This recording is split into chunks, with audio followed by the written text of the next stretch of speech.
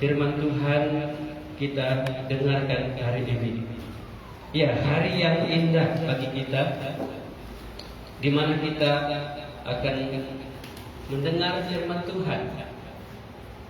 Tema yang kita renungkan dari firman Tuhan ialah hati yang baru. Hati yang baru. Ya, kita mungkin sejak kecil sudah menjadi Kristen. Mungkin ya sebagian.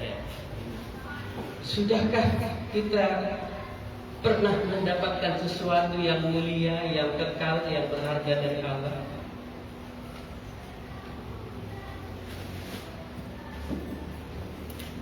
Atau kita setiap minggu beribadah? Ada persekutuan kita bersama, ibadah bersama. Apakah kita memperoleh, mendapat karunia dari Tuhan yang mulia, yang kekal, yang sangat berharga? Setiap minggu kita dapat itu? Atau mungkin setiap hari kita saat teduh? Ya, every day, setiap hari kita menemukan sebuah kehidupan yang baru. Apakah kita memperolehnya? Saudara-saudara, orang Israel sebagai bangsa pilihan Tuhan dijanjikan untuk memperoleh sesuatu yang sangat berharga, yang sangat mulia. Ini dari Allah sendiri. Dan kepada orang-orang percaya, kepada orang-orang yang mau mendengar firman Tuhan, juga Allah janjikan ya. Apa itu? Mari kita melihat dari Yesaya pasal 36.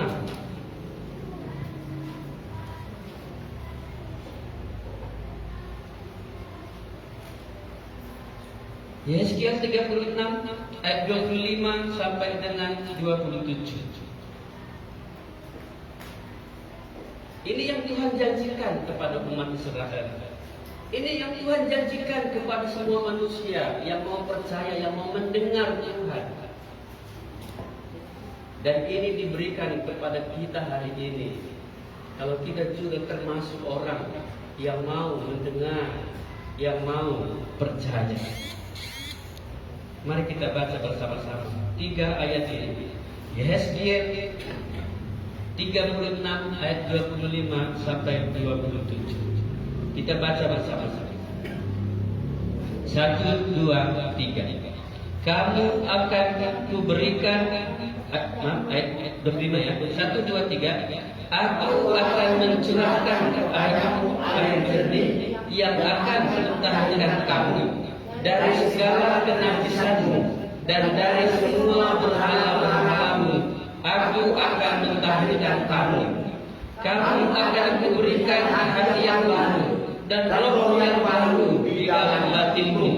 Dan aku akan menjauhkan dari tubuhmu hati yang keras dan kuberikan kepadamu hati yang taat. Rohku akan kuberikan diam di dalam batinmu. Dan aku akan membuat kamu hidup menurut segala ketetapanku dan tetap berpegang pada peraturanku dan melakukannya. Ini firman Tuhan yang disampaikan kepada kita hari ini, sebagaimana yang disampaikan kepada umat Israel pada waktu itu. Ayat 25. Aku akan mencurahkan kepadamu air jernih. Ini yang Tuhan janjikan. Ini yang Tuhan mau berikan. Aku akan mencurahkan kepadamu air jernih. Betapa perlu kita air hari ini. Air untuk kehidupan sangat diperlukan. Air jernih biasanya dipakai untuk pembasuhan, pembersihan. supaya semuanya menjadi jernih. Allah menjanjikan ini kepada kita. Apa gunanya yang akan mentahirkan kamu? Tuhan tahu umat Israel sering memberontak. Bahkan gembala-gembala mereka pasal 34 juga enggak menggambarkan sebagai gembala yang baik. Karena itu perlu ditahirkan, perlu dibersihkan. Kita hari ini perlu dibersihkan dari mana? Ayat berikutnya dikatakan dari segala kenajisanmu dan dari semua berhala-berhalamu. Aku akan mentahirkan kamu. Air jernih yang dicurahkan ini ternyata untuk mentahirkan, untuk membersihkan, untuk menguduskan kenajisan kita. Kalau kita dibilang najis, mungkin bisa dipahami ya, kotor. Kita tidak bersih, hati kita kotor, pikiran kita kotor, ya. Jiwa kita kotor. Kalau tubuh mungkin sudah bersih ya, sudah mandi tadi ya.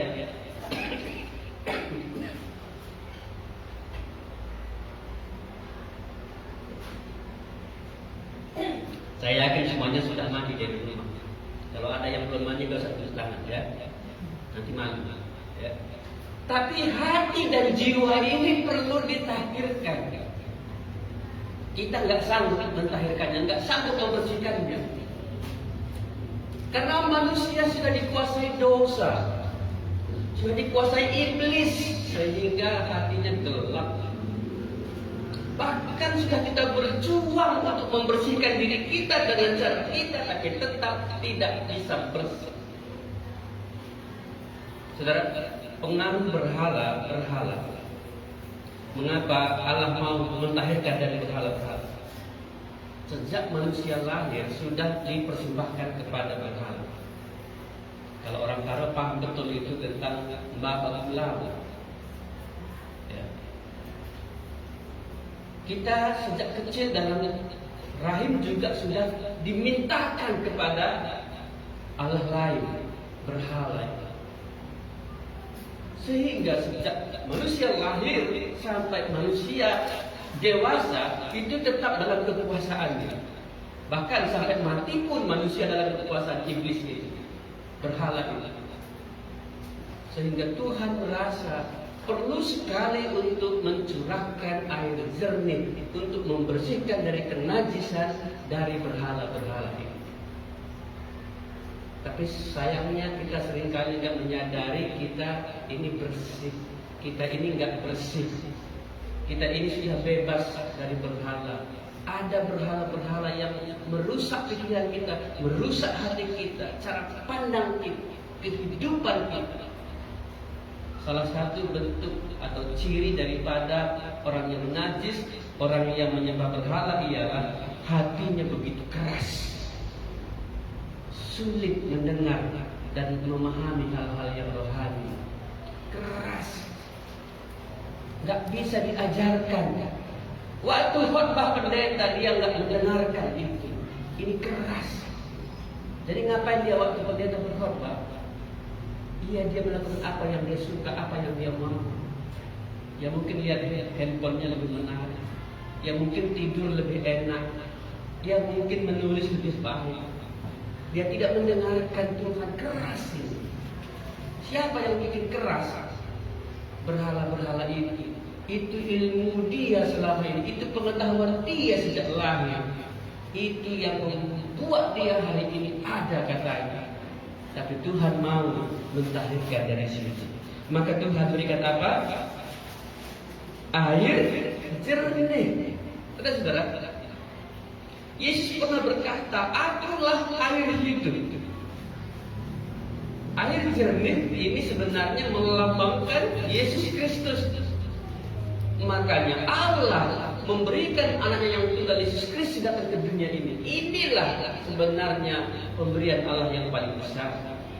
Karena begitu besar kasih Allah akan dunia ini, diberikannya anaknya yang tunggal. Tapi yang menjadi pertanyaan ialah, apakah saudara sudah menerima, sudah mendapatkan air jernih ini? Apakah saudara sudah menerima Yesus, bertemu Yesus? Sudahkah datang kepada Yesus dan ditahirkan, dibersihkan dari kenajisan, dari berhala, dari dosa itu?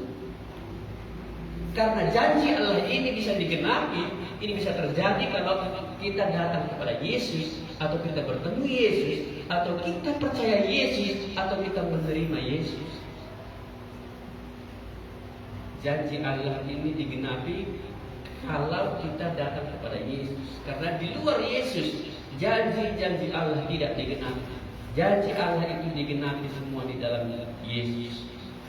Mengapa begitu? Karena Yesuslah Allah itu. Jadi Dia yang menggenapkan apa yang Dia janjikan.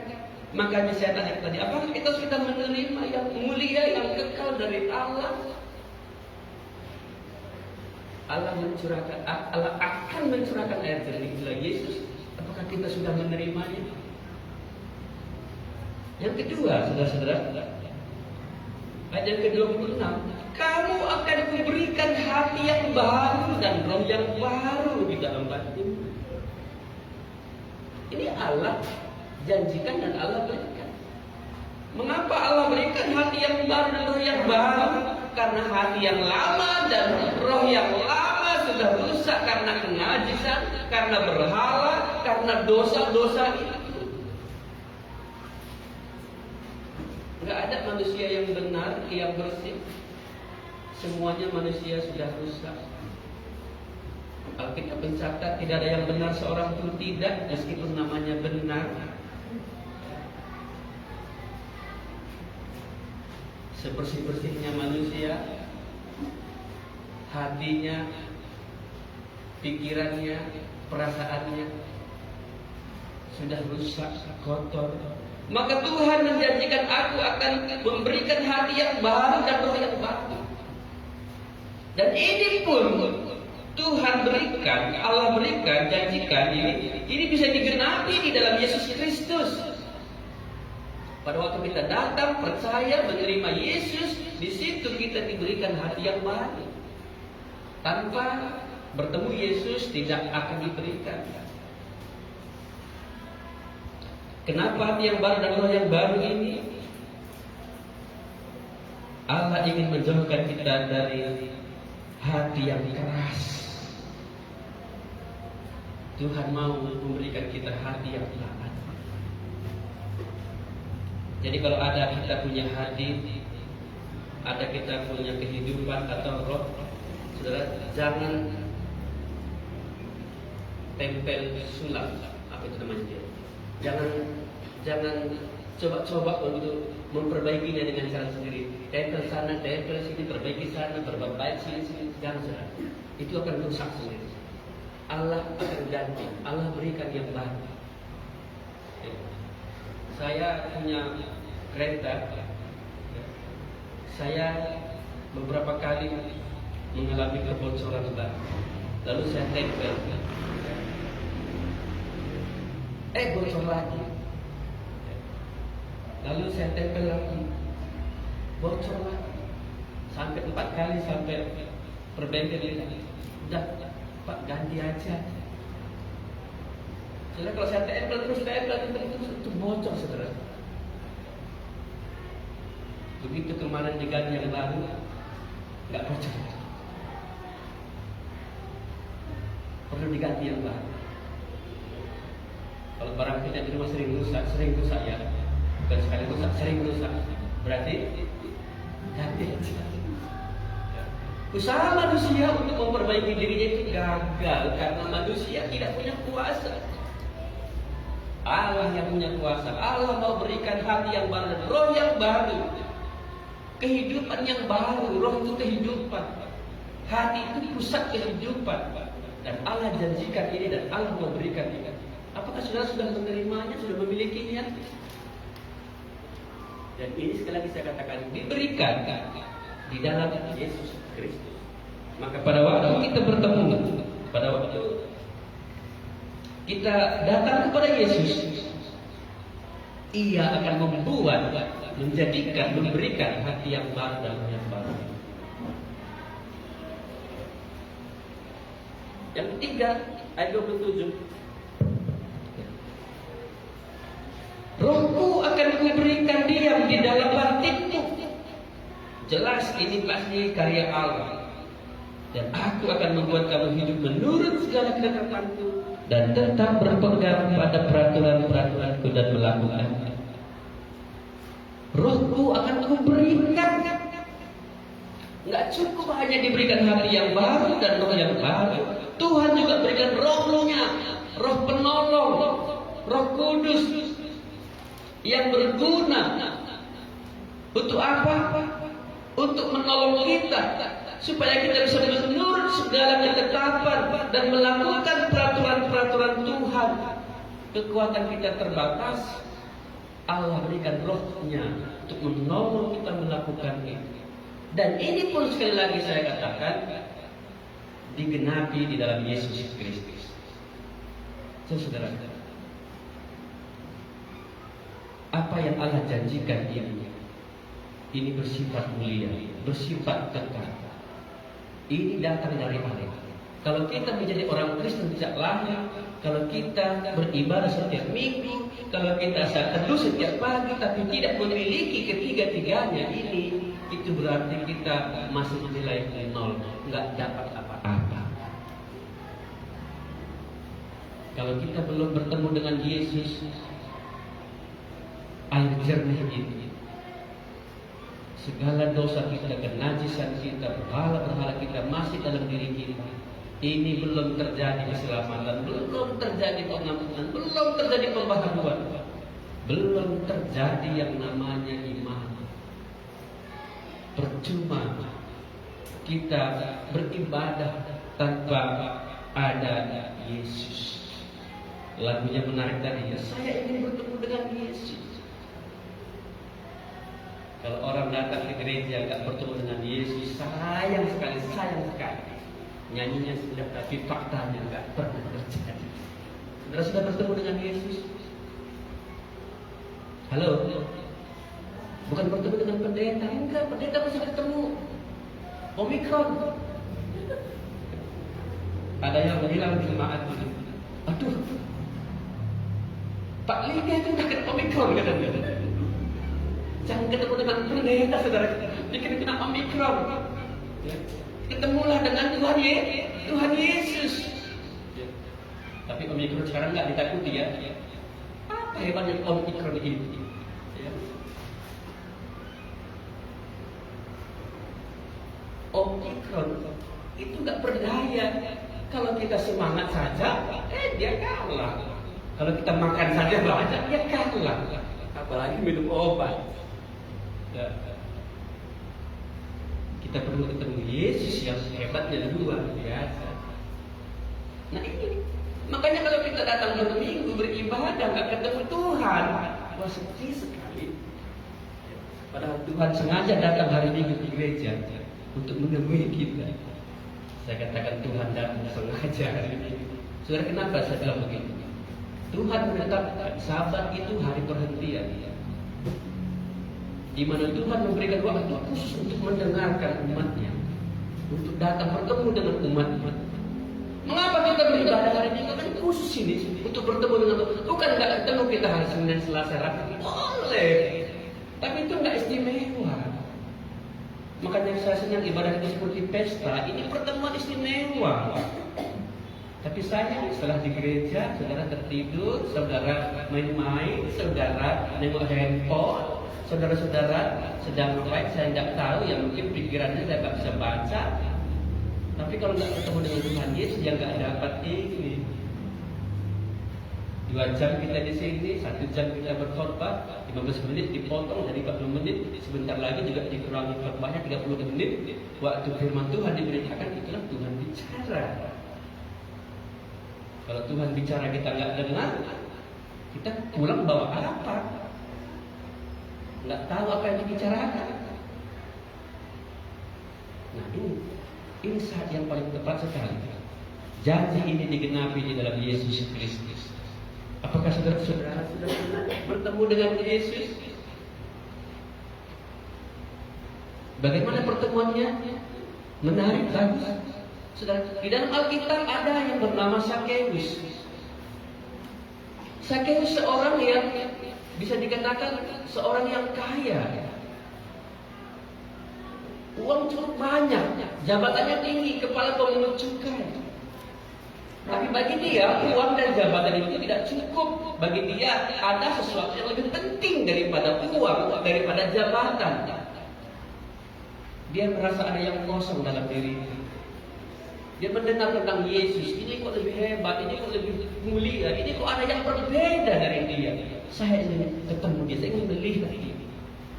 Tapi karena badannya pendek, dia tak salah berjuang ya, harus memanjat pohon untuk nampak saja, untuk melihat saja. Betapa bahagianya dia. Seperti apa sih Yesus itu? Saudara, rupanya Tuhan Yesus tahu seorang Sakeus merindukan pertemuan itu. Ketika tiba di tempat itu, Yesus berkata, "Sakeus, segera turun. Aku mau menumpang di rumahmu." Hah? Di rumahmu? Nggak ada rencana untuk mengundang Yesus ke rumahnya. Mungkin di rumahnya banyak sampah, banyak berantakan. Tapi Yesus berkata, "Aku mau menumpang di rumahmu." Hah? Wah, ini luar biasa. Aku merindukan itu lebih daripada yang kurindukan Tuhan mau berikan. Aku hanya mau melihat dia, tapi dia mau tinggal bersama dengan aku. Sakeus menerima Yesus dengan sukacita. Pertemuan yang begitu indah dalam diri Sakeus. Saya tidak tahu istrinya marah-marah nggak ya. Masa undang kamu banyak-banyak itu, makannya dari sana. Belum masak kita ini loh. Karena Yesus bersama murid-muridnya berapa itu? 12. Sekali datang berapa kilo habis itu. Tapi bagi dia nggak peduli. Lebih daripada itu yang dia berikan, dia berkata, setengah dari milikku. Hah? Istrinya marah-marah. Enak aja. Pak ini gimana sih? Mungkin pulang Yesus dia marah sama Sakeus. Apa ini kasih setengah ini? Aku nggak pernah dikasih loh. Kayak mungkin gitu ya. Dikasih dengan otot kalau nggak adil. Setengah dari milikku diberikan kepada orang miskin. Saking senang dia ketemu Yesus. Karena bagi Sakeus pertemuan ini membentuk hidupnya menjadi berbeda. Selama ini dia tak peduli orang miskin. Malah dia memeras orang miskin dengan pajak. Tapi kali ini dia memberikan kepada orang miskin. Perubahan besar-besar. Bahkan kalau ada yang kuperas, kembalikan 4 kali lipat. Ini sebuah fenomena kehidupan orang yang bertemu dengan Yesus. Ada sesuatu yang baru. Hati Sakeus, karena sudah ada Tuhan Yesus, dia rela memberikan dia. Saudara-saudara, Sakeus betul-betul sudah bertemu Yesus dan diubahkan. Ada hati yang baru dalam dirinya. Dia mempedulikan orang miskin. Bahkan dia membebaskan orang-orang yang berhutang itu. Saya tidak tahu seperti apa Tuhan mengubah hidup kita. Kalau ada pertemuan kita dengan Yesus, pasti akan terjadi perubahan. Pasti ada sebuah kehidupan yang baru. Saudara, hari ini saya bercerita tentang Sakeus bersama dengan Nikodemus. Karena harusnya itu minggu yang lalu, tapi karena minggu lalu yang menyampaikan firman, ya orang lain, ya firman Sakeus tidak disampaikan. Hari ini dia sampaikan. Artinya janji Allah digenapi dalam Yesus betul terjadi bagi diri Sakeus, tapi nggak tahu bagi diri kita. Apa yang terjadi bagi diri kita? Sekarang kita lihat dari Yohanes pasal yang ketiga, itu kisah Nikodemus. Nikodemus.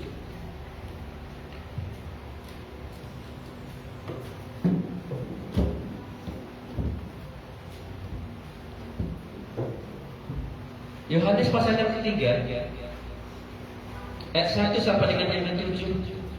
Mari kita baca bersama-sama ayat ini. Saya membaca ayat yang pertama, setelah sekalian ayat yang kedua dan sampai yang ke-7 saja. Adalah seorang Farisi yang bernama Nikodemus, seorang pemimpin agama Yahudi. Dia datang pada waktu malam kepada Yesus dan berkata, "Rabi, kami tahu bahwa engkau datang sebagai guru yang diutus Allah, sebab tidak ada seorang pun yang dapat mendekatkan jika Allah tidak menyertainya." Yesus menjawab katanya, "Aku berkata kepadamu sesungguhnya, jika seorang tidak dilahirkan kembali, ia tidak dapat melihat kerajaan Allah." Kata Nikodemus,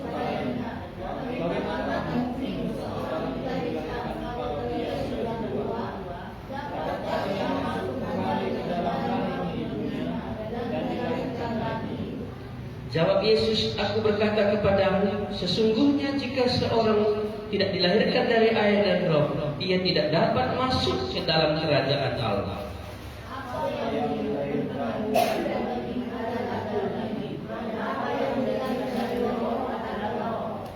Janganlah engkau heran, karena aku berkata kepadamu, kamu harus dilahirkan kembali. Ada percakapan yang bagus sekali antara Yesus dan Nikodemus. Ada perjumpaan Nikodemus dengan Yesus. Nikodemus seorang Farisi, seorang pemimpin agama Yahudi, anggota Sanhedrin, dewan kalau di sini. Dia melihat, menyadari bahwa Yesus ada sesuatu yang berbeda dari pengajar-pengajar yang lain-lain. Dia melihat bahwa Yesus sanggup membuat mujizat. Sudah banyak pemimpin agama pada waktu itu, tapi tidak bisa membuat mujizat. Dia pemimpin agama, tapi tidak memahami hal-hal yang rohani. Ada banyak hari ini orang Kristen tidak memahami hal-hal yang rohani. Padahal Kristen itu kita memfokuskan hal-hal yang rohani. Nikodemus, seorang Farisi yang begitu taat, begitu patuh kepada peraturan agama, undang-undang, adat istiadat. Tapi dia merasa perlu untuk bertemu dengan Yesus. Terkadang orang kalau sudah memiliki jabatan, memiliki pengetahuan, memiliki kekayaan, ya tidak merasa perlu lagi Tuhan. Banyak orang hari ini tidak merasa perlu Tuhan. Saya membaca berita online di luar negeri, di Amerika, di Belanda, di Eropa, khususnya mereka sudah menjauh dari Tuhan. Mereka menjadi ateis. Tapi Nikodemus tidak demikian. Baginya tanpa bertemu dengan Yesus, sepertinya kehidupannya ini hanya duniawi saja, dunia saja, dunia saja. Maka dikatakan ia datang pada waktu malam kepada Yesus. Saya tidak tahu kapan saudara datang, mau malam, mau siang, mau pagi, mau subuh, tidak masalah. Bagi Yesus tidak masalah kapan kamu ditemui. Ya mungkin Nikodemus sebagai pemimpin dia merasa malu datang siang hari atau tidak punya kesempatan siang hari karena sibuk. Tapi jelas dikatakan dia datang kepada Yesus. Momen ini yang penting bagi Nikodemus. Ia datang. Saya tidak tahu, saudara pernah datang kepada Tuhan Yesus? Kayaknya datang pribadi lebih mantap daripada datang berminggu itu loh, beramai-ramai. Kalau KKR ratusan orang membuat ordo, hadir semua orang. Kalau ibadah minggu, hadir semua orang. Tapi kalau mentoring one by one, satu-satu, pernah nggak kita datang kepada Tuhan Yesus? Face to face, pribadi, dari hati ke hati. Nikodemus datang, bukan sebagai tugas sebagai pemimpin agama dia datang, tapi dari hatinya dia mau datang satu. Dan saat pertemuan ini, percakapan ini terjadi dengan intinya bahwa Yesus berkata, jika orang tidak dilahirkan kembali, tidak akan pernah melihat kerajaan Allah, tidak akan pernah masuk dalam kerajaan Allah. Kalimat ini membuat Nikodemus mesti berpikir ulang. Dilahirkan kembali, sudah tua ini, bagaimana mungkin? Ternyata bagi Tuhan Yesus, kelahiran kembali ini pekerjaan Allah, Roh Kudus, air, dan roh itu berarti apa? Berarti Yesus sendiri, firman Tuhan, dan Roh Kudus akan membuat seseorang dilahirkan kembali. Saudara pernah lahir? Pernah ya, kalau nggak mau tidak ada ya. Saudara lahir bawa apa? Aku lahir telanjang, kata siapa itu, Ayub ya. Pergi pun dengan telanjang. Kalau kita sadari ini, kita bertobat, saudara. Kalau ada anak-anak minta sama orang tuanya, uangnya kurang banyak, minta HP-nya lebih bagus, keretanya lebih hebat, ingatlah waktu lahir. Bahwa apa? Makanya bangga sekali kita kisah Ayub ya. Ketika semua yang dia miliki itu habis, dia berkata kalimat itu. Dulu aku lahir telanjang, sekarang aku pergi pun dengan telanjang. Tapi kita hari ini sering menuntut kurang ini, kurang itu, istri minta ini, minta itu, suami bilang kurang ini, kurang itu. Kembalilah lahir. Ini maksudnya. Dan kalau kita lahir waktu itu, mengapa menangis? Sering dibicarakan. Karena waktu lahir kita tahu kurang, saudara. Mengapa kita nangis? Karena ada yang kurang enak makan, nangis. Kurang banyak jajan, nangis. Waktu lahir pertama itu nangis karena sadar banyak kekurangannya. Maka perlu lahir kembali supaya nggak nangis, saudara. Hari ini kalau ada orang lahir sekali nangis terus umur hidup sampai mati, sampai kekal, maka perlu lahir kembali supaya nggak nangis lagi. Saudara mau nangis terus atau mau bahagia? Kalau mau bahagia bagaimana caranya? Lahir kembali. Waktu lahir kembali, apa yang Tuhan berikan? Aku berikan hati yang baru, saudara. Aku berikan roh yang baru. Ini Tuhan janjikan, Tuhan berikan. Makanya waktu lahir baru orang nggak nangis. Waktu orang bertobat nggak nangis, nggak takut. Tapi bahagia dia. Memang ada bahagia sampai keluar air mata, tapi itu bahagia, air mata bahagia. Berbahagia karena diampuni pelanggarannya. Maka kalau ada di antara kita ini yang pernah lahir sekali nangis terus, perlu lahir 2 kali supaya bahagia. Itu maksud Tuhan Yesus. Engkau Nikodemus, engkau hebat memang dalam mentaati aturan agamamu, adat istiadatmu. Engkau memang hebat dalam tugasmu, tapi engkau menangis terus. Enggak pernah engkau rasakan Allah dalam hidupmu. Enggak pernah alami mujizat. Enggak pernah alami pertolongan Tuhan. Enggak pernah mengalami hal-hal yang rohani. Kalau mati kemana? Enggak tahu, ke neraka. Orang enggak tahu. Karena Nikodemus tidak memahami hal-hal yang rohani. Maka dari lahir sampai mati, sampai kekekalan itu dia akan menangis terus. Maka perlu lahir 2 kali. Saudara mau lahir 2 kali? Inilah yang Yesus lakukan, Allah lakukan. Pada waktu perjumpaan Nikodemus dengan Yesus, terjadi kelahiran kembali. Tanpa pertemuan dengan Tuhan Yesus, kita hari ini tidak mungkin lahir kembali, tidak mungkin lahir lagi. Tidak mungkin kita bahagia. Karena Yesuslah yang memberikan kebahagiaan ini. Ingat saja Pak Tuhan Yesus di bumi. Berbahagialah orang yang miskin. Itu bahagia ya. Bukan karena dapat bantuan JHT, apa itu?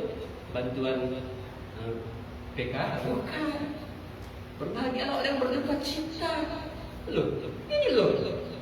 Berbahagia orang yang lemah lembut. Ini kebahagiaan yang Allah janjikan. Kebahagiaan bukan karena hebatnya diri, tapi karena ada Tuhan Yesus. Maka perlu lahir 2 kali. Pada waktu Nikodemus bertemu Yesus, dia lahir kembali. Terjadi yang baru dalam hidupnya. Perubahan besar terjadi. Pengenalannya kepada Yesus berubah.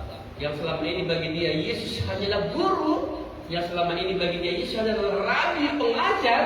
Tapi kali ini ternyata Yesus adalah Allah yang mengubah hati, Allah yang memberikan kehidupan itu. Bagi Nikodemus, Yesus bahkan seorang raja yang kekal. Saya berani katakan demikian. Karena dia bicara kerajaan surga. Ini raja. Inilah yang harus disembah.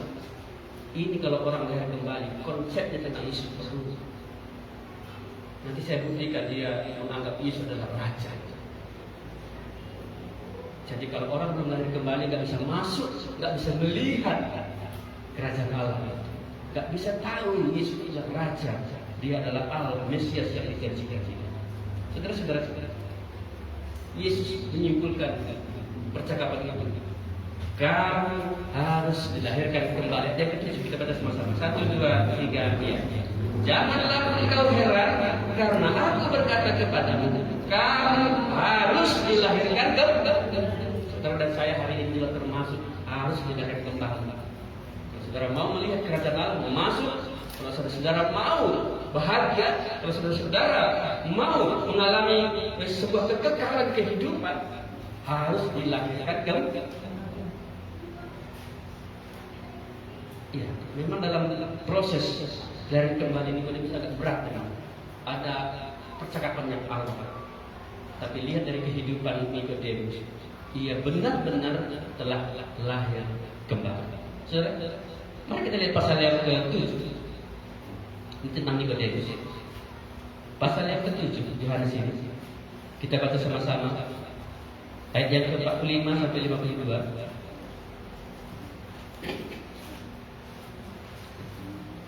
Pasal yang ke-7, pasal yang ke-7, ayat 45. Kita baca bergantian, ayat 45 sampai 52 ya. Maka penjaga-penjaga itu pergi kepada imam-imam kepala dan orang-orang Farisi yang berkata kepada mereka, mengapa kamu tidak membawanya? Belum pernah seorang manusia berkata seperti orang itu. Jawab orang-orang Farisi itu kepada mereka, adakah kamu juga disesatkan? Adakah seorang di antara pemimpin-pemimpin yang percaya kepadanya, atau seorang di antara orang-orang Farisi? Tetapi orang banyak ini yang tidak mengenal hukum Taurat, terkutuklah mereka. Nikodemus, seorang dari mereka yang dahulu telah datang kepadanya, berkata kepada mereka, apakah hukum Taurat kita menghukum seseorang sebelum ia didengar dan sebelum orang mengetahui apa yang telah dibuatnya? jawab mereka, apakah engkau juga orang Galilea? Selidikilah kitab suci, dan engkau akan tahu bahwa tidak ada nabi yang datang dari Galilea. Iya, percakapan yang alot di dalam mahkamah agama Sanhedrin orang Yahudi. Seorang Nikodemus hadir di sini. Nikodemus ayat 50. Nikodemus seorang dari mereka yang dahulu telah datang kepadanya. Nikodemus sudah bertemu dengan Yesus, datang kepada Yesus. Dia memberikan statement kalimat. Dia membela Yesus. Dia berpihak kepada Yesus. Dia berkata demikian dalam rapat itu. Nikodemus seorang dari mereka yang dahulu telah datang kepadanya berkata kepada mereka, apakah hukum Taurat kita menghukum seseorang sebelum ia didengar dan sebelum orang mengetahui apa yang telah dibuatnya? Keberanian Nikodemus membela Yesus atau berpihak pada Yesus ini menggambarkan ia sudah dilahirkan kembali. Saya tidak tahu seperti apa kita hari ini berani memihak kepada Tuhan. Ketika ada masalah, beranikah kita membela Tuhan? Memang Tuhan nggak perlu dibela. Tetapi dari sini mencerminkan Nikodemus, ia memiliki hati yang baru. Ia memiliki kelahiran kembalinya dengan jelas. Dia mementingkan Yesus, dia memihak kepada Yesus. Nggak mungkin dia dihukum kalau tidak tahu kesalahannya.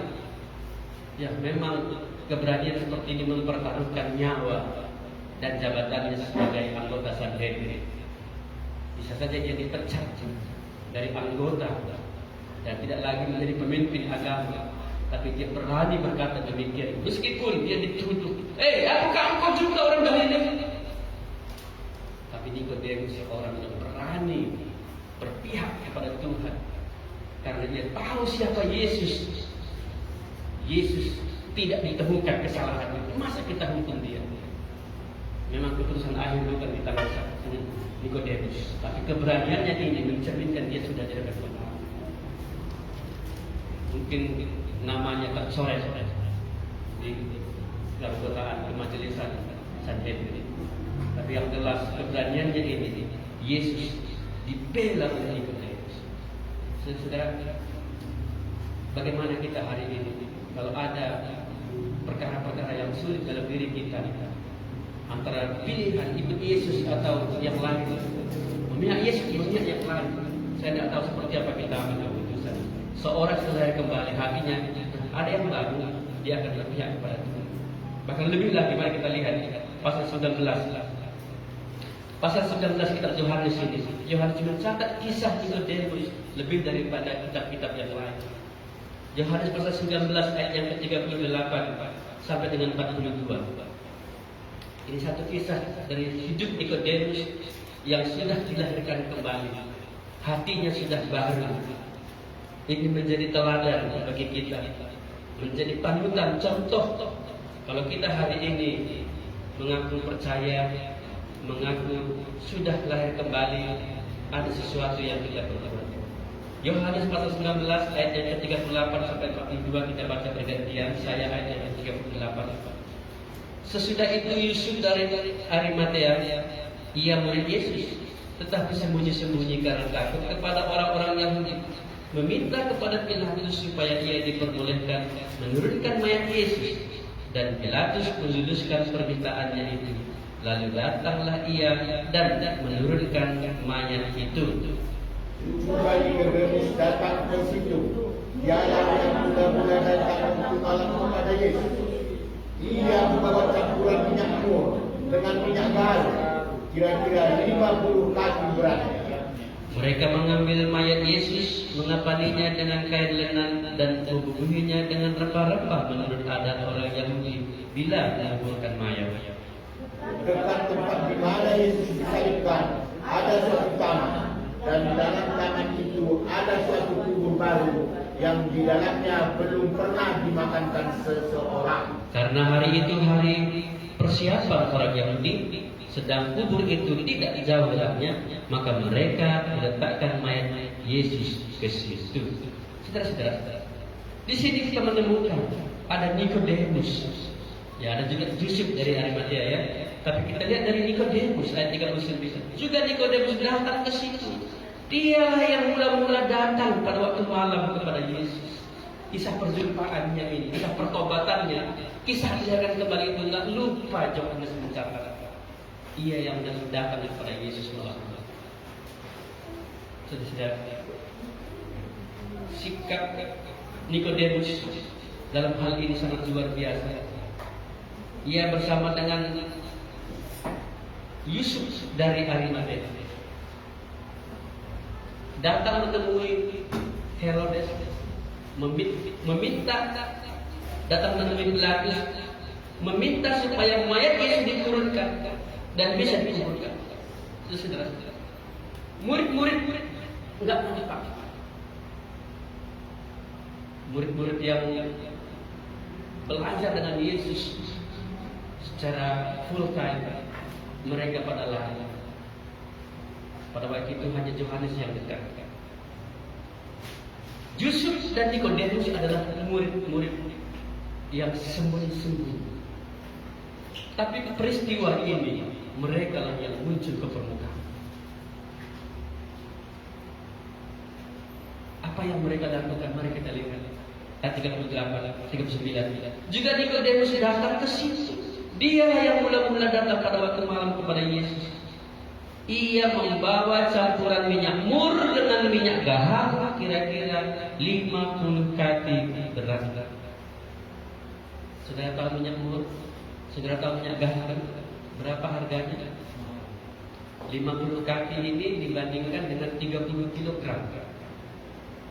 Saya tanya Google, berapa sih harga 1 kg minyak garam? Ya, Google menjawab. Minyaknya 1,5 miliar per kilo. Ya.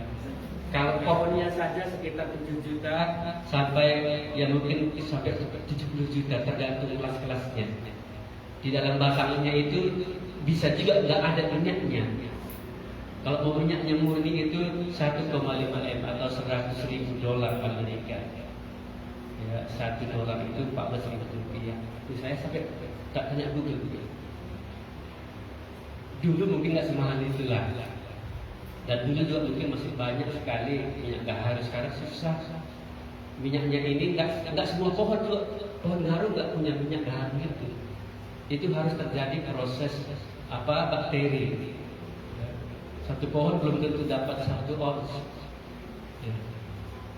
Jadi butuh waktu berlama-lama sekali. Ya. Dia datang, Nikodemus datang membawa 30 kg dicampur dengan minyak mur yang bisa dipakai untuk buat wangi-wangian, bahkan ada yang mengawetkan, yang membalsam begitu. Saudara-saudara, 30 kg ini bukan sedikit.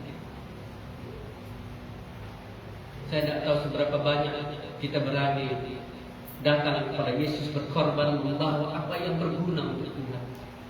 Waktu perempuan meminyaki kaki Yesus, Yesus sangat bangga sekali. Karena ada sesuatu yang perempuan itu lakukan untuk Yesus sebelum hari penguburan, hari kematian. Kali ini Nikodemus datang untuk meminyaki Yesus, membalsam, untuk memberikan rasa wangi yang umumnya pada waktu itu dibuat. Ya hari ini nggak bisa dibuat. Ya, pada waktu itu memang begitu budayanya. Dan itu hanya diberikan kepada orang-orang tertentu. Herodes, waktu dia mati, dia dikasih minyak. Ada 500 orang disuruh untuk membawa minyak gaharu. Pada waktu Herodes, Raja Herodes. Waktu Gamaliel, pemimpin agama yang terkenal di Yahudi itu, pada waktu dia mati itu terkumpul sekitar 36 kg minyak gaharu. Selepas itu tidak ada lagi yang besar. Yesus dibawa 30 kg minyak gaharu dicampur dengan minyak mur ini oleh satu orang yang bernama Nikodemus. Karena bagi Nikodemus, orang yang layak menerima minyak gaharu yang demikian mahal itu hanya raja. Hanya raja. Bagi Nikodemus yang pernah bertemu dengan Yesus, dialah raja surga ini. Dia layak mendapatkan ini. Orang lain tidak ada yang membawa, orang lain pergi takut, tapi dia datang membawa minyak yang begitu mahal. Ini karena Nikodemus sudah dilahirkan kembali. Dia rela mengorbankan hartanya itu. Yang memang Nikodemus seorang pemimpin agama. Kalau kita tahu pemimpin agama Yahudi pasti sangat kaya raya. Karena setiap kali persembahan orang Yahudi pasti ada sama imam bukan, sama pemimpin agama. Itu memang sudah hukum Tuhan, bukan tahu. Tapi kali ini diberikan kepada Tuhan semuanya 30 kg. Dia tidak merasa rugi karena ada hati yang baru, ada Yesus di dalam hati. Untuk Yesus dia tidak merasa rugi memberikan sebanyak. Saya tidak tahu apa yang kita berikan kepada Tuhan, apa yang kita buat untuk Tuhan. Saya kirim di grup tadi pagi percakapan Daniel dengan tamu ini. Anda tahu, saya begitu dengar, luar biasa dia dapat bonus 1,8 miliar. Seperti biasa dia hanya memberikan persepuluhan. Kalau uang 1 juta dapat, berarti perpuluhannya cuma 100.000 dia kasih. Ya, waktu 1 miliar, berani nggak kasih 100 juta? Mikir. Karena itu kalau memang kita mikir, kita nggak berani ngasih 100 juta, bilang sama Tuhan, 1 juta dia saya dapat dan saya bisa ngasih 100.000. Jangan 1 miliar. Kalau nggak berani ngasih 100 juta, makanya kita nggak pernah dapat banyak karena kita takut ngasih banyak. Kalau 100.000 masih bisa ada Tuhan 100.000 ya nggak apa-apa. Kalau 100 juta, gimana dia? Itu baru persepuluhan. Nah, kali ini orang itu dapat bonus 1,8 miliar. Berapa dia kasih? 50% dia kasih, sudah 900 juta itu dia kasih. Karena ini doa. Kali itu kan kalau aku menang di Asian Games ini, aku akan berikan. Ini nasab. 50%. 900 juta itu. Dia berikan itu Tuhan melalui pelayanan sosial. Dia bangun. Waktu itu di Madura dikatakan ada pembangunan masjid, ada pembangunan rumah untuk orang-orang Madura.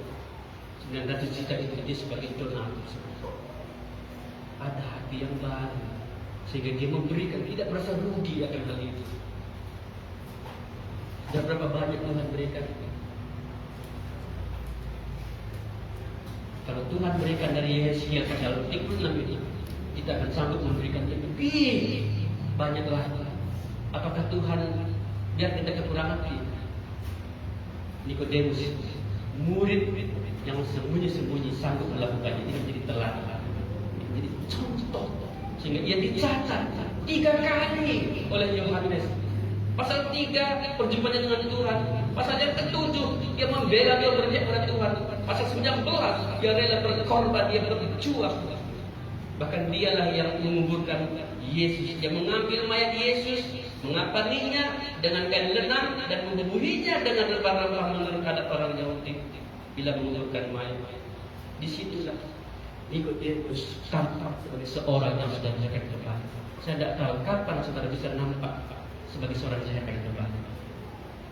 Apa yang kita buat hari ini Tuhan? Ini bukti bahwa kita memiliki hati yang baru sudah lahir kembali. Berani kita berkata, aku sudah lahir kembali, aku sudah ada hati yang baru. Kalau tidak ada sesuatu yang kita berikan sebagai bukti, kita tidak berani berkorban. Kalau ada Yesus dalam hati, kita akan berkorban. Saudara, suatu hari ada seorang perempuan jatuh cinta kepada seorang laki-laki. Ketika dia jatuh cinta, maka laki-laki itu tetap ada di hati. Untuk sampai dia rela melakukan apa saja karena kasihnya. Belum lagi jadi pasangan hidupnya, hanya kasihnya saja dia sudah rela berikan apa saja karena cintanya begitu besar. Kalau hari ini kita percaya, kita mengaku beriman, apa yang kita berikan itu Tuhan yang menjadi kekasih hidup kita, bahkan menjadi mempelai pria kita. Yang bagi Nikodemus dia seorang raja layak mendapatkan minyak mur dan gaharu 30 kilogram. Kiranya Tuhan membuka hati kita untuk melihat apakah aku ini sudah memiliki hati yang baru atau tidak. Tapi yang jelas Tuhan sendiri mau supaya kita memiliki hati yang baru. Tuhan mau saudara-saudara sekalian memiliki hati yang baru. Ada Tuhan Yesus di dalam hati. Maka ada sesuatu yang kita buat untuk Dia, untuk menyenangkan Tuhan. Mari kita berdoa. Terima kasih Tuhan untuk firman yang kami dengar hari ini. Roh-Mu yang kudus yang meneruskan sampai ke dalam hati kami, sampai kami benar-benar dilahirkan kembali dan memiliki hati yang baru. Dalam Kristus Yesus kami berdoa. Amin.